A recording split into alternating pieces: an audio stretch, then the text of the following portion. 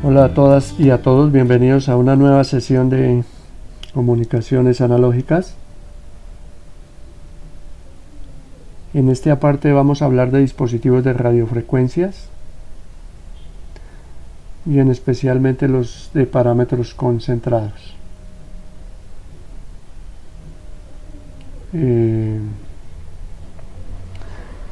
También hay dispositivos de parámetros distribuidos, pero eso se verá en otra sesión o en otro curso, pues dado que los que vamos a manejar acá pues tienden a ser los elementos que ustedes conocen, pero con unas características eléctricas, mecánicas y otros tipos diferentes. Entonces vamos a ver una introducción. Vamos a ver los elementos como pasivos, como son los inductores, capacitores, resistores y otros elementos pasivos. Vamos a hacer unos ejemplos de cómo diseñar algunos de ellos.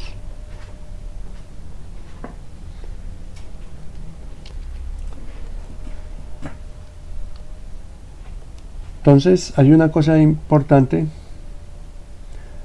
que cuando nosotros vamos a darle una mirada a las comunicaciones desde el punto de vista del diseño, los bloques, si los tienen unos dispositivos, tanto activos como pasivos, que son muy sensibles en su elección.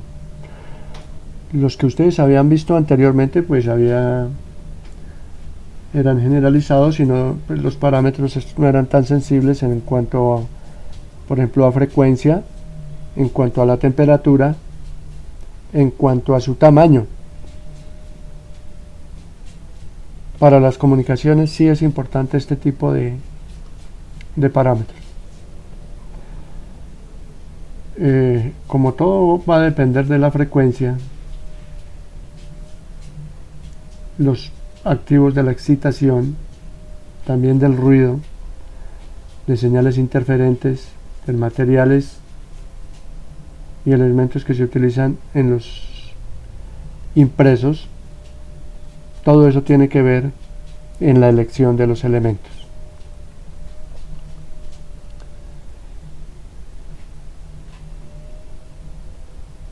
Ya obviamente ustedes conocen mucho de las fundamentaciones teóricas, sobre todo en el manejo de señales. En cuanto a la física y las matemáticas, también requeriremos de herramientas de software para poder mostrar cómo se ven en la realidad. Y si nosotros somos más inquietos y precisos, podremos utilizar algunos procesos para minimizar los tiempos de implementación, y eso es siguiendo pues todo el proceso que les he comentado en los laboratorios. E inclusive hay unos métodos adicionales que son la optimización, como para obtener los valores que mejor respondan a lo requerido por el diseño.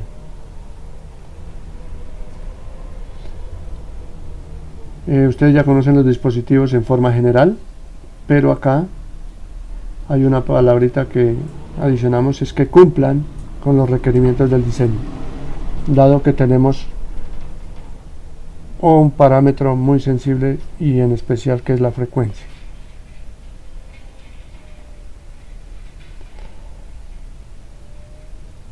No se les olvide que la mejor fuente de información para estos dispositivos son los archivos de datos del fabricante.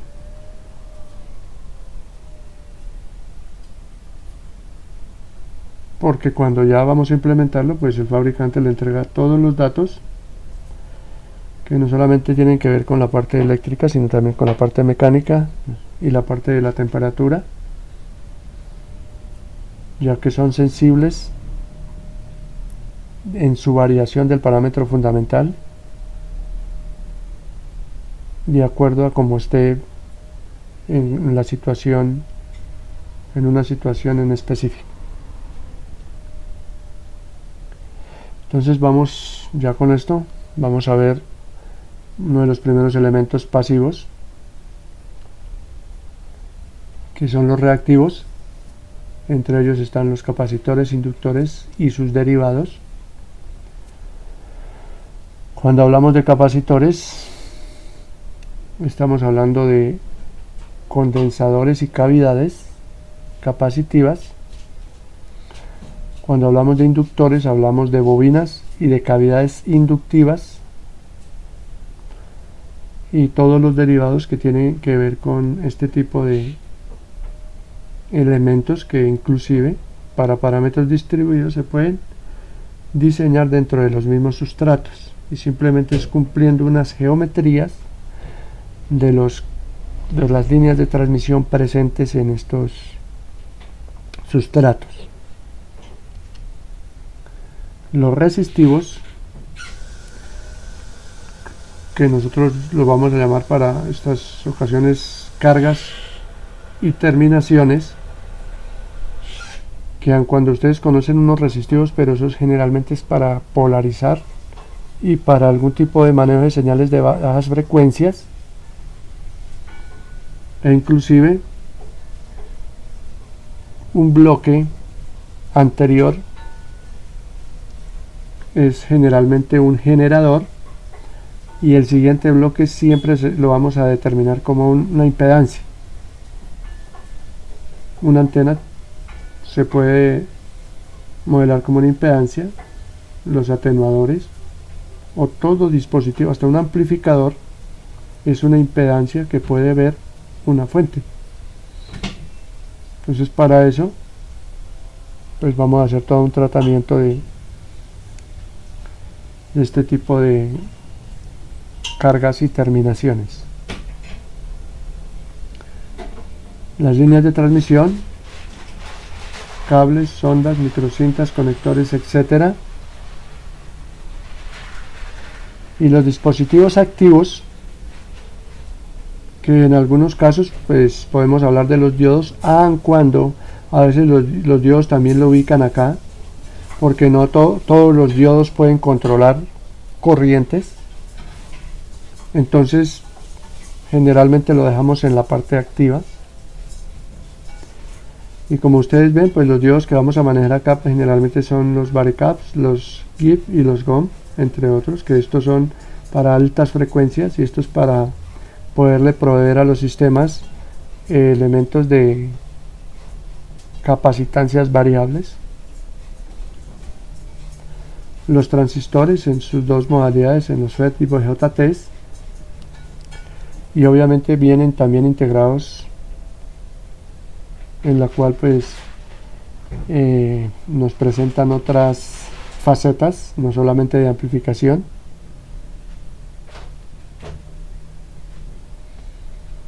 Y entonces vamos a iniciar con inductores, tanto de núcleos ferrosos como de núcleos de aire.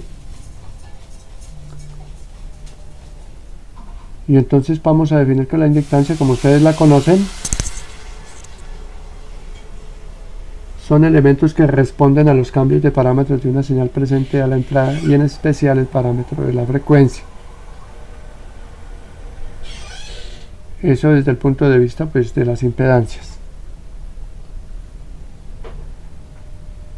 Las inductancias se pueden generar a partir de bobinados o cavidades, las cuales cualquiera que sea ellas, que pues cuando son construcciones diferentes, pero tienen unas características que reaccionan al paso de la corriente. Y el parámetro inductivo para estos casos varía con los cambios de frecuencia. Ojo, en la parte teórica hemos dicho que él es constante, pero en la parte real o en la vida real eso no es cierto. Son constantes en unos rangos, en unas bandas de frecuencia.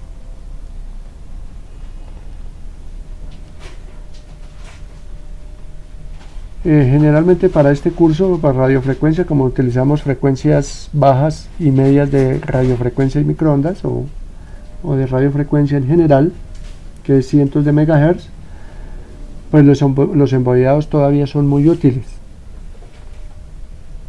y para frecuencias ya superiores pues las cavidades son el elemento fundamental para hacer este tipo de inductivos.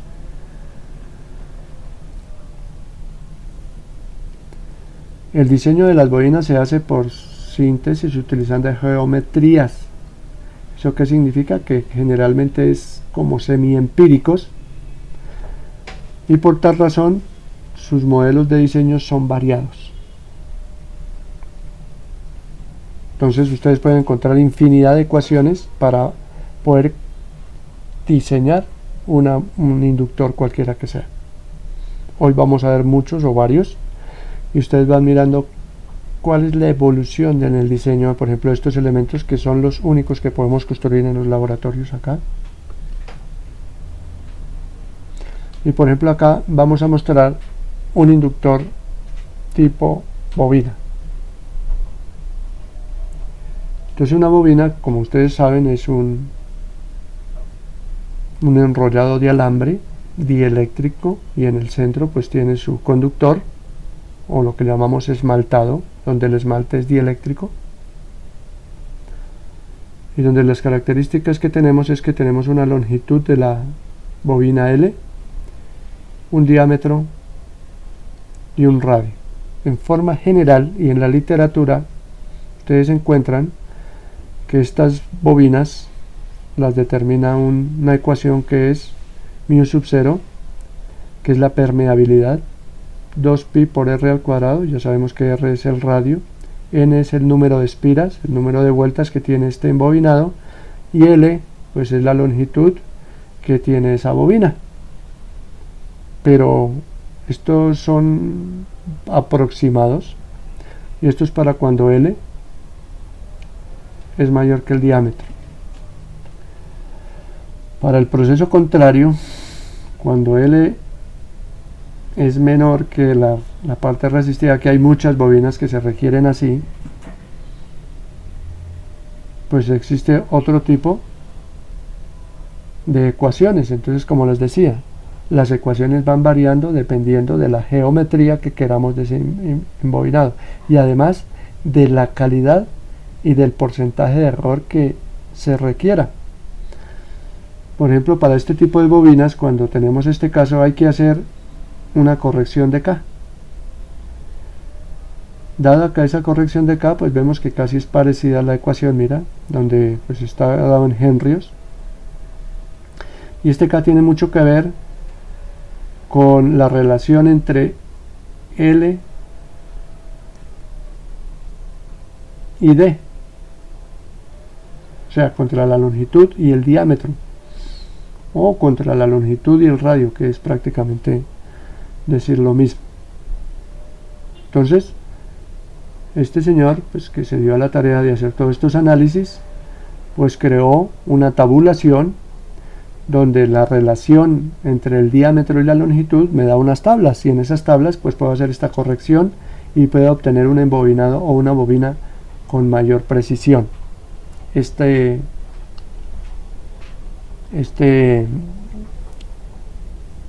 tabulación ustedes pueden encontrarla en cualquier parte, en las gráficas, en los libros, en las literaturas que les hemos dado. Pero hay otra corrección más fuerte, porque sí, esas bobinas mejoraban, pero hay una corrección mucho más amplia, que es unos parámetros también definidos y tabulados, que son A y B, que fíjese que si tuviéramos esta bobina pues sería un valor, pero la corrección la hace esta parte, donde A y B son dos parámetros fundamentales que están definidos en esas tablas, y generalmente pues vamos a hacer acá como si estuviéramos viendo un embobinado cortado,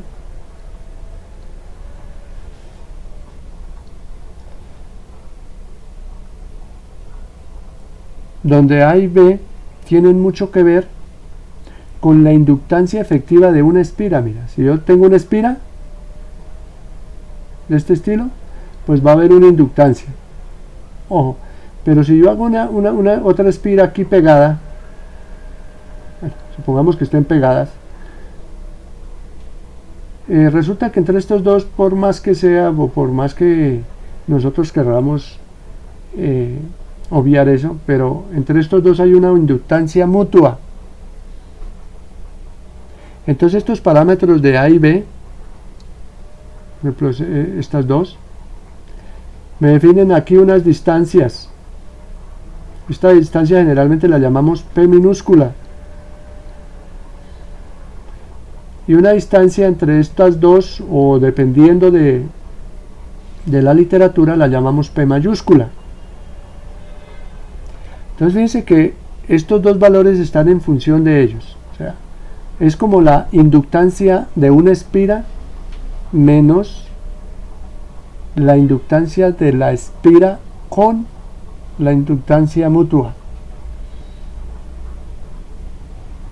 Entonces, si quieren profundizar más, a lo último les doy una literatura donde se encuentra toda esta teoría, pero el hecho es que estas dos constantes están en función de estos valores. Entonces, como ustedes pueden ver, entonces aquí está dado también una ecuación específica empírica, pues en la cual ajustamos mucho más estos valores. De igual manera, Wheeler creó también sus propios modelos basados en otros autores que este mismo libro los da, que es que si tenemos la relación entre D y L menor que 3, o sea, el diámetro dividido en L es menor que 3, mire que podemos tener errores cercanos al 1%. Si este número crece, el error crece de forma casi exponencial también, o de forma alarmante. Por ejemplo, ya si tenemos 5, pues el error ya llega al 6%, imagínense. Entonces todas estas fórmulas que tenemos acá es para este dato, para la relación entre el diámetro y la longitud del embobinado, que sea menor que 3. Y está definido por esta ecuación. Obviamente aquí pues, unidades en centímetros, dados en microhenrios, y L pues es la longitud de la bobina de diseño en el proceso. Ahí ustedes ya conocen los parámetros que hemos definido anteriormente. E inclusive este señor Enault Peltier hizo una corrección mucho más a fondo. Entonces tomó 0,79 R al cubo sobre P, donde P, lo que les acabo de comentar, es algo que se llama paso de bobina. Y el paso de bobina no es más que cuando yo tengo dos espiras conectadas, pues como les digo, es este espacio P. Si están bien juntas, pues obviamente P va a ser igual pues al diámetro del cable, pero si no, pues el P sigue siendo paso de bobina si esto está un poquito más abierto. Entonces también depende de este diseño. Entonces por eso él da el radio al cubo sobre P, donde P es el paso de bobina, que ya saben que es, y F es una constante que se da de acuerdo a la relación también entre el diámetro y la longitud. Entonces esta es una de las fórmulas también mucho más precisas,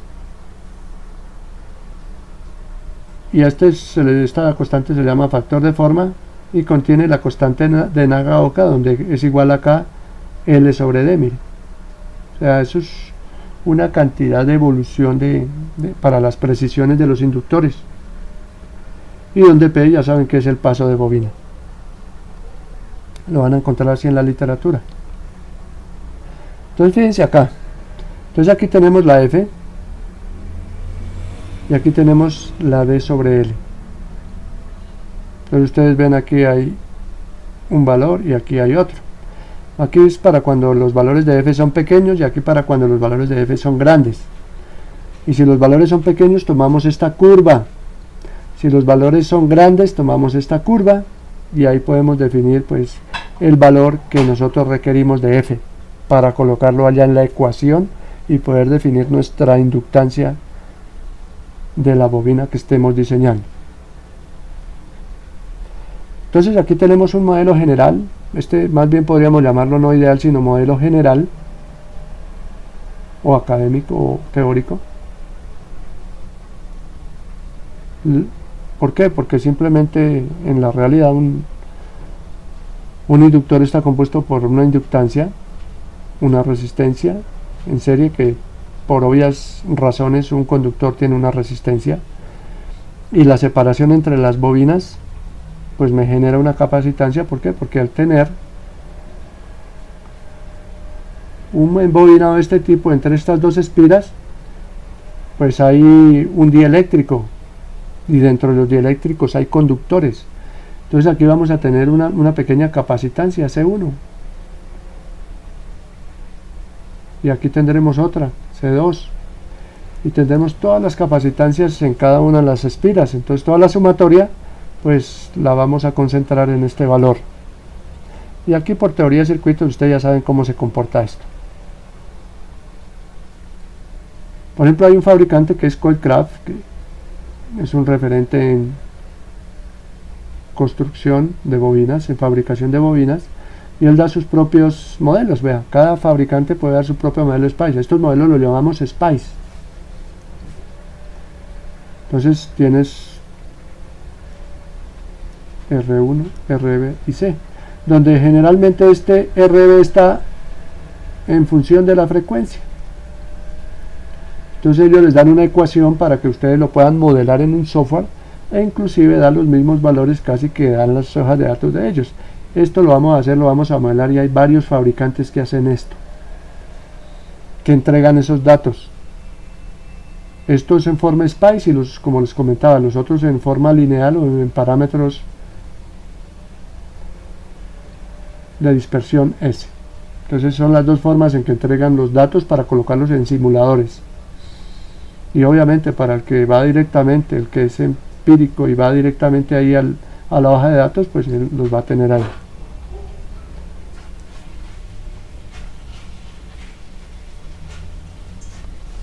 También existen las bobinas de núcleo magnético, y es fundamental.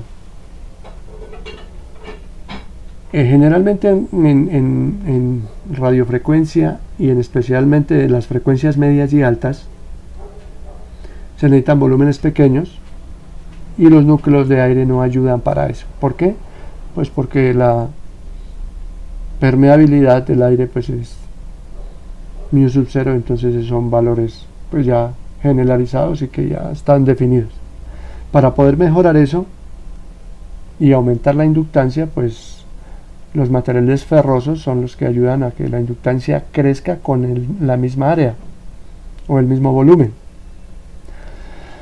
Hay una parte en la teoría que nos advierte que los dispositivos tienen que tener una medida muchísimo menor que la longitud de onda, o sea, el tamaño.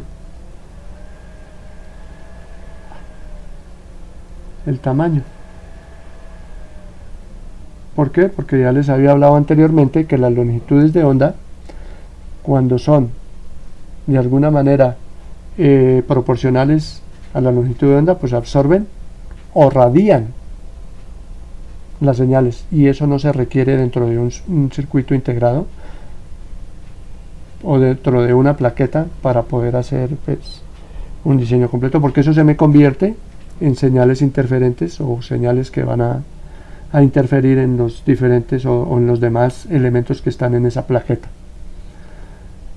Entonces esto es una característica fundamental del tamaño. No puedo colocar elementos que estén en proporción a la longitud de onda de la señal que se está manejando.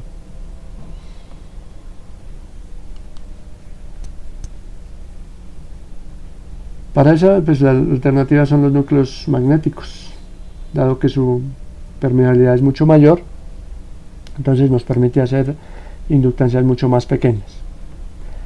Tenemos pues obviamente menos espiras, la resistencia también disminuye y crece pues un poco, crece el Q, que es muy favorable para las comunicaciones.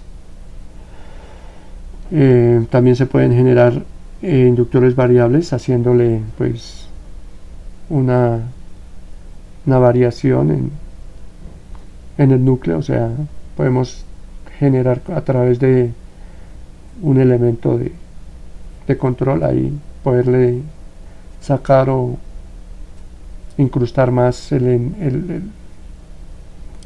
la ferrita, y eso hace que la inductancia cambie. Eso es importante para algunas aplicaciones específicas, por ejemplo para los diales.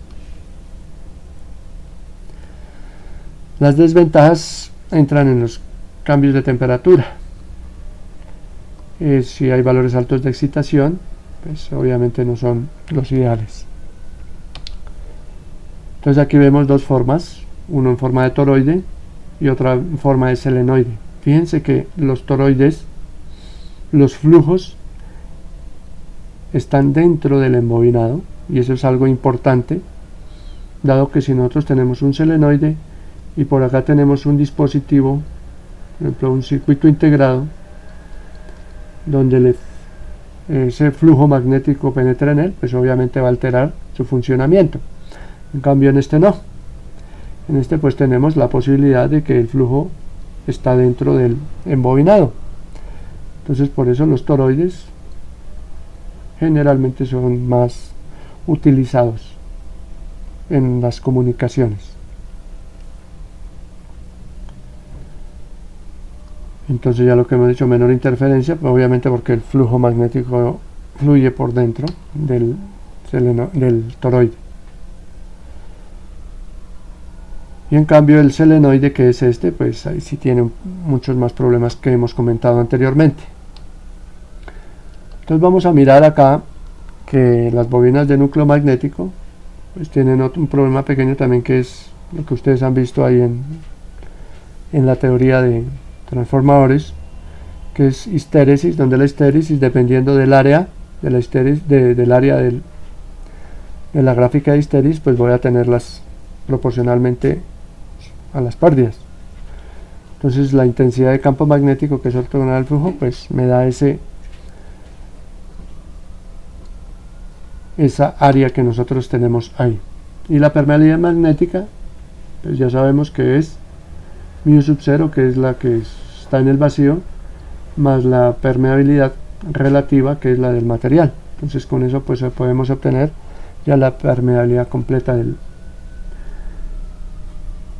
elemento ferroso. Generalmente mire que las inductancias en forma generalizada pueden ser igual a mu, que fíjense que la ecuación sigue funcionando igual, dado que antes era mu sub 0, ahora es mu A sub c, que es el área efectiva, n al cuadrado, y L sub e, que pues es la longitud efectiva del elemento que vamos a colocar ahí, ya sea un selenoide o ya sea un toroide. L es el perímetro del medio del toroide y n es el número, bueno, ya eso ya lo hemos dicho. Aquí hay unas ecuaciones también igualmente extraídas de las anteriores de una forma mucho más precisas, siguen cumpliendo con la misma teoría. Fíjense que lo único que tenemos aquí diferente es el mu y otros parámetros como es la altura del selenoide, el radio y un radio efectivo, que ya vamos a ver qué es eso,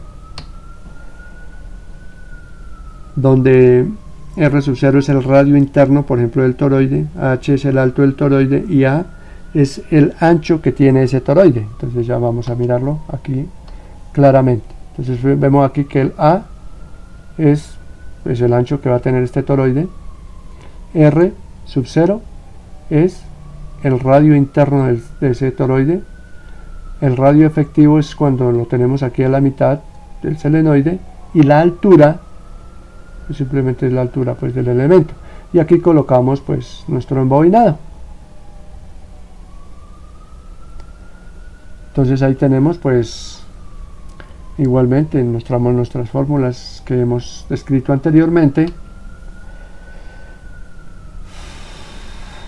y aquí vamos a mostrar algo importante. Aquí esto es para las personas que quieran diseñar toroides para poder hacer bobinas.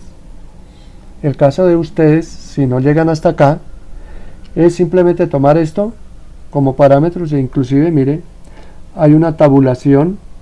Por ejemplo, tenemos toroides, el 217 me dice que el diámetro externo, el diámetro interno y la altura, lo que habíamos visto aquí anteriormente. Esta es una tabulación ya estandarizada.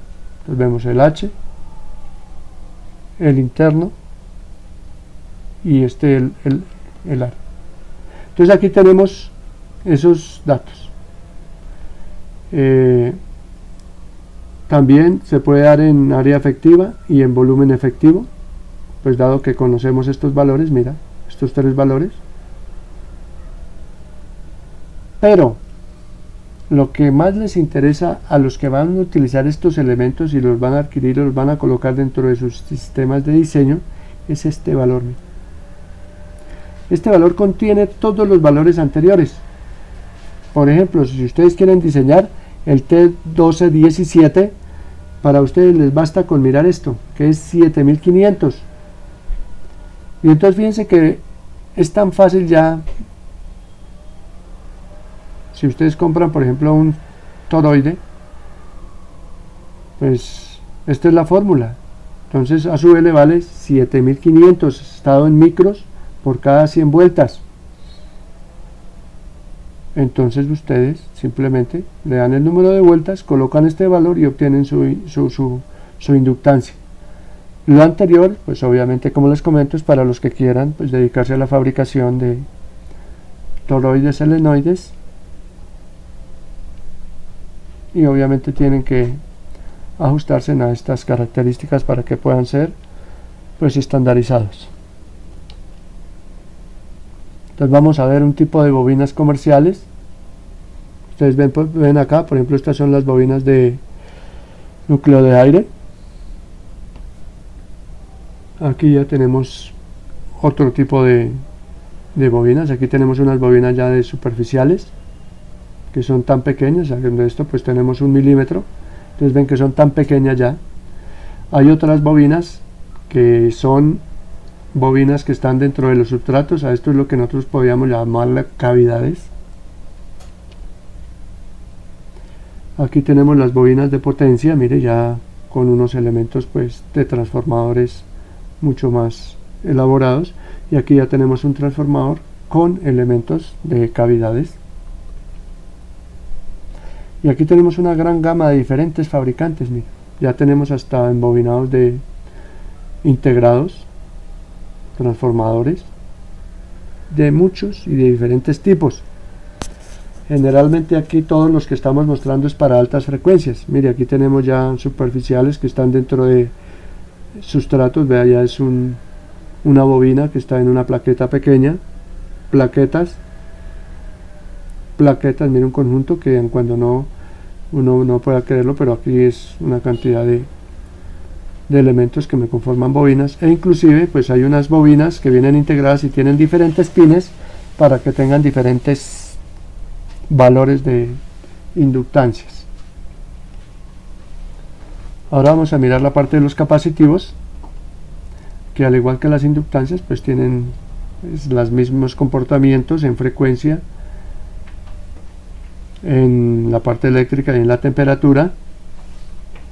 Y las formas de construcción ustedes ya las conocen, que depende del área y de la geometría que tenga ese capacitor. Eso sí, no lo estamos en la capacidad, por eso no traemos ninguna referencia en cuanto a fórmulas y eso. Pero lo que sí deben de saber es que hay capacitores para frecuencias bajas, medias y altas. También se pueden construir igual que los inductores a través de geometrías en las plaquetas o en las placas de sustratos. Y bueno, eso ya lo conocen ustedes, que los dispositivos capacitivos almacenan energía en forma eléctrica. De igual manera que las bobinas, pues aquí tienen una fórmula general de construcción, donde K pues es una constante que también está tabulada, y ahí ustedes pueden mirar ese tipo de fabricación.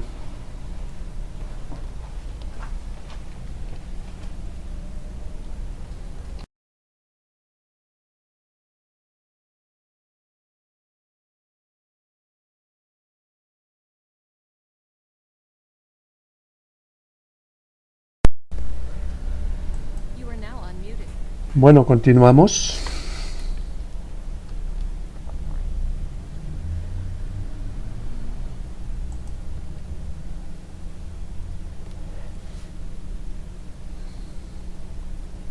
Entonces vemos acá que esta constante pues está definida por la permeabilidad.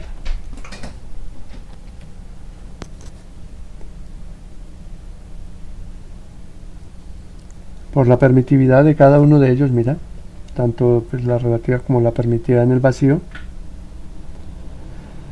Bueno, y la constante eléctrica, ahí tenemos los diferentes valores.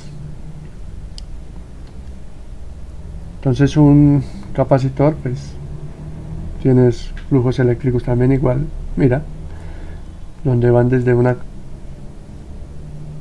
un nivel positivo a un nivel negativo, desde las plaquetas, y ahí generamos la capacidad, donde la capacidad también está dada por la carga sobre esa diferencia de potencial. Todo esto se cumple pues de acuerdo también a unas características dadas, mira.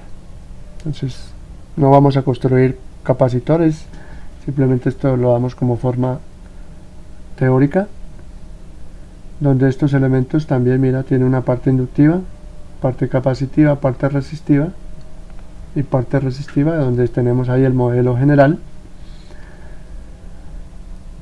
donde pues RP es un valor muy alto y generalmente a veces los electrodos pues son los que me dan ese valor resistivo también. Entonces, tenemos una RS en serie y lo demás es de la resistencia en paralelo, que no la vamos a tener en cuenta. Vamos a tener unas frecuencias de resonancias en las cuales pues ustedes van a mirar ahí cuando estemos simulando que son muchísimo mayor a las frecuencias de trabajo. Lo que no se requiere, lo que requerimos es estar lejos de las frecuencias de resonancia, tanto en las inductancias como en las capacitancias, dado que necesitamos son valores ojalá constantes de estos elementos y no que sean valores ya conjuntos entre reactivos y resistivos. Entonces estos elementos capacitivos, vemos aquí varios modelos, por ejemplo ABX es un fabricante en la cual ellos, como les comento, mire, también presentan su modelo SPICE, tienen aquí unos valores y todos estos valores se los dan tabulados para poder hacer la simulación SPICE y buscar los valores constantes que me dan en un rango de frecuencias. Generalmente a veces pues, dan su circuito equivalente y haciendo esta transformación, y esto es lo que muestra por ejemplo el fabricante. Como ustedes pueden ver, esto es cerámica, hay conductores internos y externos que son los famosos electrodos, que son los que conectan al exterior, y esta es la forma en que nosotros podemos tener los diferentes capacitores, especialmente para altas frecuencias. Ustedes los de lentejitas y todos los demás que conocen, los de tantalio, pues aquí ya le vamos a agregar estos que son de superficiales o que son de un tipo de construcción que soportan frecuencias mucho más altas. Aquí les mostramos una gama grande de un fabricante que es Murata, que desde integrados hasta los que ustedes conocen. Entonces ahí les muestro una gama. Por ejemplo, los fabricantes en general les presentan las familias de capacitores que ellos construyen. Eso depende de la frecuencia, de la potencia y de las aplicaciones. Por ejemplo, los de propósito general, fíjense ustedes que esos que se compran, no los de Murata, sino los que se compran ahí, pues tendrán una curva por ahí de esta manera, por mucho. Pues ya los de los fabricantes más serios como Murata o ABX, Coilcraft o cualquiera que sea, Panasonic, pues ya pueden llegar hasta 100 MHz, pero mira, entonces ya comienzan a tener pues potencias mucho más bajas. Por ejemplo, aquí hay las familias o las series 2010, 2012, 3225, que dicen, mire, trabajamos a potencias más altas y a frecuencias más altas. Por ejemplo, el RF series trabajan a altas potencias y obviamente pueden llegar hasta casi 1 giga. Y los GQMs, que son una serie que trabaja, hombre, hasta 10 gigas, mire, puede llegar hasta 10-15 gigas, pero esos son condensadores de altísimas prestaciones, y obviamente debe ser de una técnica de implementación, ya no manualmente, sino a través de máquinas como las que nosotros llamamos pickups, o todas esas máquinas que colocan circuitos y elementos integrados. Entonces, para que ustedes vean, y aquí pues les dan los diferentes tipos de aplicaciones, ¿ve? Para elementos como Bluetooth, telefonía celular, radio comercial, módulos de amplificadores para potencia o de telefonía celular cuando estamos en las estaciones base, que son las que dan altas potencias, y así sucesivamente. Entonces ahí ustedes ven todo el rango que presentan los fabricantes. Hay otro tipo de elementos pasivos, que son las ondas. Generalmente las ondas están construidas a través de elementos que nosotros llamamos coaxiales. Coaxiales porque la forma en que está construido el cable principal y el cable secundario pues van en forma radial, separados por dieléctricos y protegidos contra la parte mecánica para que puedan ser robustos. Entonces es un conductor, un dieléctrico, un conductor, un enmallado y un protector. Entonces de eso se compone generalmente un elemento de estos, y sus terminaciones, que es lo que nosotros llamamos acá, pues son conectores, y los conectores hay de diferentes tipos. Por ejemplo, los que estoy señalando aquí, los más conocidos es tipo N, tipo BNC, tipo SMA, tipo, no sé, este me parece que es el T, este es otro tipo que no me acuerdo ahorita cuál es, y este es el estándar de televisión que ustedes conocen. Entonces hay muchos tipos de terminaciones. Entonces, como ustedes pueden ver acá, hay de RG58 que dependen del tipo de coaxial. Eso generalmente se le atribuye a la construcción y a la geometría y al dimensionamiento. Todos, la mayoría deben de tener una impedancia característica, mire, generalmente es de 50 ohmios. El factor de velocidad, hace referencia a la velocidad con que va la señal en ese conductor en referencia a la velocidad de la luz. Entonces 0,66 la velocidad de la luz, para cuando si hay algún ejercicio tengan siempre en cuenta ese factor de velocidad. La tensión máxima en voltajes, la capacitancia por metro, y aquí algunos tipos de atenuaciones, ¿ve? Entonces les van diciendo, por ejemplo, para 10 MHz, para 50 MHz, para 100 MHz, y así sucesivamente nos dice. Aquí va a tener una atenuación, aquí dice en dB por cada 100 metros, o sea que a 10 vamos a tener 4.6 por cada 100 metros. Cuando crece la frecuencia, crece la atenuación, vea, a 100 MHz y así sucesivamente. Por ejemplo, 1 GHz, esto ya es imposible transmitir señales casi por esa línea de transmisión, si es de este tipo, ¿no? Porque hay sondas o cables coaxiales con terminaciones que obedecen hasta 10, 15, 20 gigas. Entonces este es un trato específico para una específica sonda. Entonces estos son así se leen estos valores. Hay otros dispositivos pasivos, por ejemplo, mira, aquí tenemos los divisores y combinadores. Divisores es que entra una señal por acá y la dividimos en dos. Fíjense. Entonces hay una con bloqueo y otra sin bloqueo de DC. Depende cómo se quiera utilizar. Y si son combinadores pueden ir en las dos direcciones.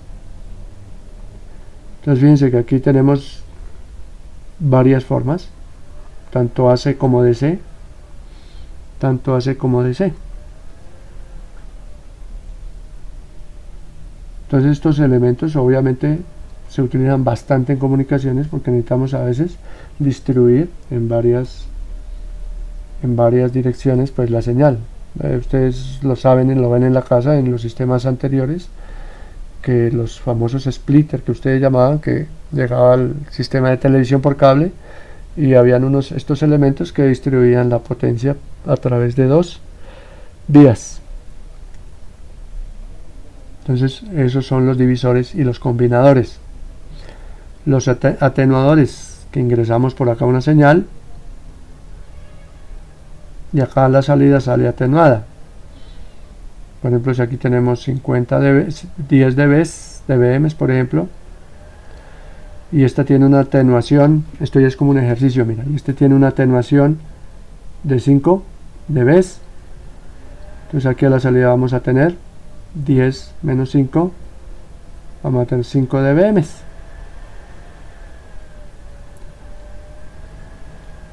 ¿Por qué? Porque hay sistemas que no soportan señales tan grandes, entonces hay que bajarles en intensidad. Entonces están estos elementos que son los atenuadores. Fíjense que son en forma de terminaciones. Esta terminación es lo que nosotros llamamos BNC, un tipo de conector BNC, y ustedes ya lo conocen porque de alguna manera, no sé si lo han visto en los laboratorios, que generalmente los equipos de bajas frecuencias pues traen este conector. Y aquí de igual manera, la potencia promedio, la potencia pico, los rangos de frecuencia que se trabaja. A esto se le llama la razón de onda estacionaria, que es cuánto se pierde dentro de este elemento pues por ese factor de la onda estacionaria. La onda estacionaria es una onda que llega aquí a la salida y al pegar, por ser diferente a la impedancia, pues parte de ella se devuelve. Entonces esta es una relación que ustedes la van a ver más adelante en otros cursos. Las atenuaciones que puede tener el elemento, que es hay de 3, 6, 10 y 20. Debe ver aquí un switch para poder darle la atenuación que se requiere. Y la tolerancia de atenuación ya dada por los materiales, pues aquí tenemos estos, pues si son 20 pues es más o menos 0.25, o sea, es una tolerancia que tienen todos los elementos. Los bloqueadores, que son fundamentales para los grandes equipos y para que las señales pues tengan por ejemplo, si nosotros queremos polarizar un sistema, generalmente nosotros utilizamos bloqueadores. Y los bloqueadores, pues si ustedes tienen, como estén aquí estamos bloqueando el DC. Aquí estamos bloqueando, por ejemplo, señales de baja en ambos, o solamente en la parte de la referencia. Entonces esos son los bloqueadores que nosotros llamamos generalmente DC. Entonces por eso es, y fíjense que uno pensaría, no, pues yo le coloco un condensador, pero no es así nomás. Estos elementos están tan bien construidos y tan altamente efectivos que un diseñador no se arriesga si no es con elementos de alta calidad. Los bloques de polarización, mira, esto es fundamental. Resulta que si yo tengo una fuente DC, tengo una señal y tengo una salida, y aquí tengo el elemento activo. Entonces para yo poder conectar esto tengo que colocarle este señor acá. Se lo coloco acá, la salida, y aquí la entrada. Entonces, ¿cuál es la ventaja de esto? Mira, que la señal DC pues va al elemento para polarizarlo, pero no puede ir a la salida, mire, que esta es la salida. Entonces todos los bloques que necesiten polarizarse, a no ser que el fabricante diga que trae pues este bloque ya interno dentro del sistema, entonces yo podría pues colocar este bloque si no lo trae, con eso pues queda completamente bien diseñado el sistema. Fíjense que ustedes ven que esto es simplemente una bobina, un inductor y un capacitor, y obvio pues ahí nosotros tendremos esto lo vamos a ver ya cuando veamos sistemas, bloques, de cómo se diseña para que realmente no afecte la salida ni me afecte el sistema de polarización. La otra que se tiene, mira, es que el RF no puede ir acá por nada del mundo. Entonces esta bobina, cuando estamos en esta frecuencia, se abre. Entonces el RF no va acá, porque si llegara acá pues hay una cantidad de reflexiones que se devuelven para acá. Entonces que son interferentes y la señal se contamina de una manera considerable. Ahora vamos a proceder a la solución de algunos ejercicios en los cuales vamos a ser especialmente inductivos, dado que son los elementos que podemos construir y medir en los laboratorios de acuerdo a nuestras posibilidades. Entonces, para los ejemplos vamos a hablar de diseño de bobinas con núcleos de aire. Entonces dice el ejercicio que diseñar una bobina de 100 nanohenrios y que tenga un diámetro de 5 milímetros o 0.5 centímetros. Entonces nosotros podríamos plantear una solución que seleccionamos el cable tipo AGW20, el cual tiene un diámetro de 0.812 milímetros y el radio, por supuesto, pues va a ser de 2.5 milímetros de acuerdo a este diámetro. Pues miramos la ecuación dada en esta presentación para evaluar la constante F y miramos que los valores de F, de acuerdo a la ecuación, es L por P, que es prácticamente el diámetro del cable AGW20, 0.79 por R al cuadrado, y nos da la constante de 0.53. Y en la figura 0.53 pues tenemos que la relación D sobre L es igual a 1.2. Como tenemos el diámetro y tenemos F, entonces nuestra longitud de la bobina es de 0.42 centímetros.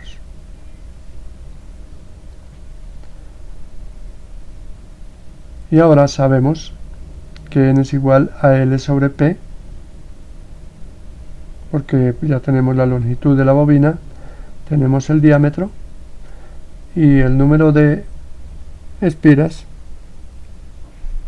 nos da 5.2. La longitud del cable para hacer esa bobina, que es 2πr por n, es 78.5 milímetros. Es el cable que se requiere para hacer esa bobina. Y la longitud efectiva de la bobina es P por N, que es igual a 4.1 milímetros. Entonces con esto solucionamos todos los parámetros del ejemplo propuesto. Ahora para 50 MHz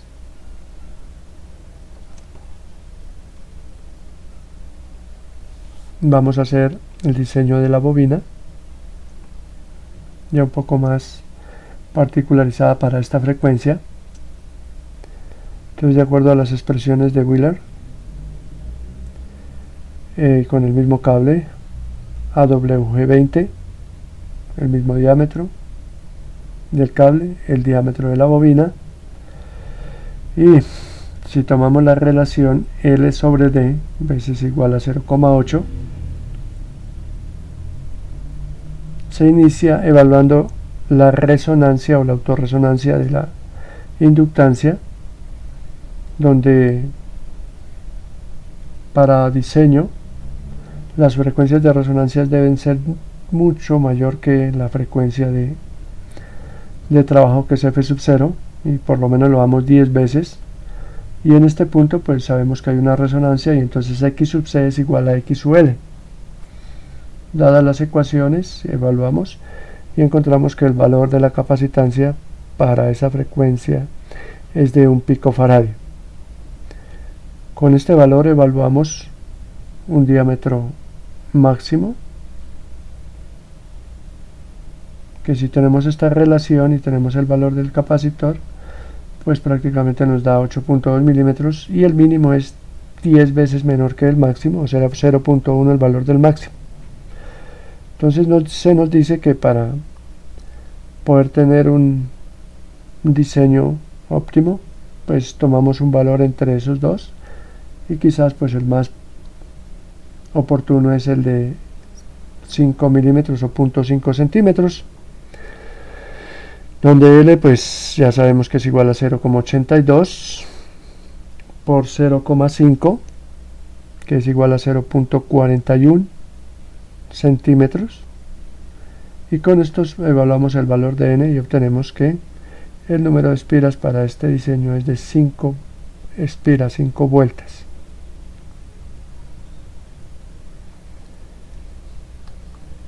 De la misma manera, evaluándolo por la constante de F, pues sabemos que D sub L es igual a 1.2, L es 0,42, y ahora tenemos que el número de espiras es igual a N sobre el diámetro del cable utilizado, y esto nos da 5.2, que es un valor muy aproximado, y la longitud del cable es 7.85, y la longitud efectiva de la bobina pues es igual a P por N, que es 0.41, prácticamente son muy parecidos, pero pues nosotros sabemos que con esta metodología de evaluación de bobinas pues son un poco más próximos y el error es menor para este proceso de evaluación de bobinas. Ahora vamos a hacer una evaluación de un inductor utilizando un elemento ferroso como es un toroide, y vamos a crear una bobina de 450 nanos a 50 MHz. ¿Por qué tenemos valores altos? Porque ya sabemos que los toroides pues nos proporcionan inductancias altas para las mismas áreas o volúmenes que puede tener una bobina de aire. Entonces para esto vamos a utilizar el núcleo T2012, que tiene estas características: 0.118 centímetros de radio interno y 0.183 de radio efectivo. La altura del toroide es de 0.178 centímetros y el μ del material es de 4. El fabricante nos dice que el A sub L es igual a 10 nanohenrios por 100 espiras. Entonces vamos a hacer las dos soluciones utilizando este cable, conociendo cuál es su diámetro. Sabemos el radio, pues el mismo radio de la bobina, lo vamos a suponer de los ejercicios anteriores, y dada la ecuación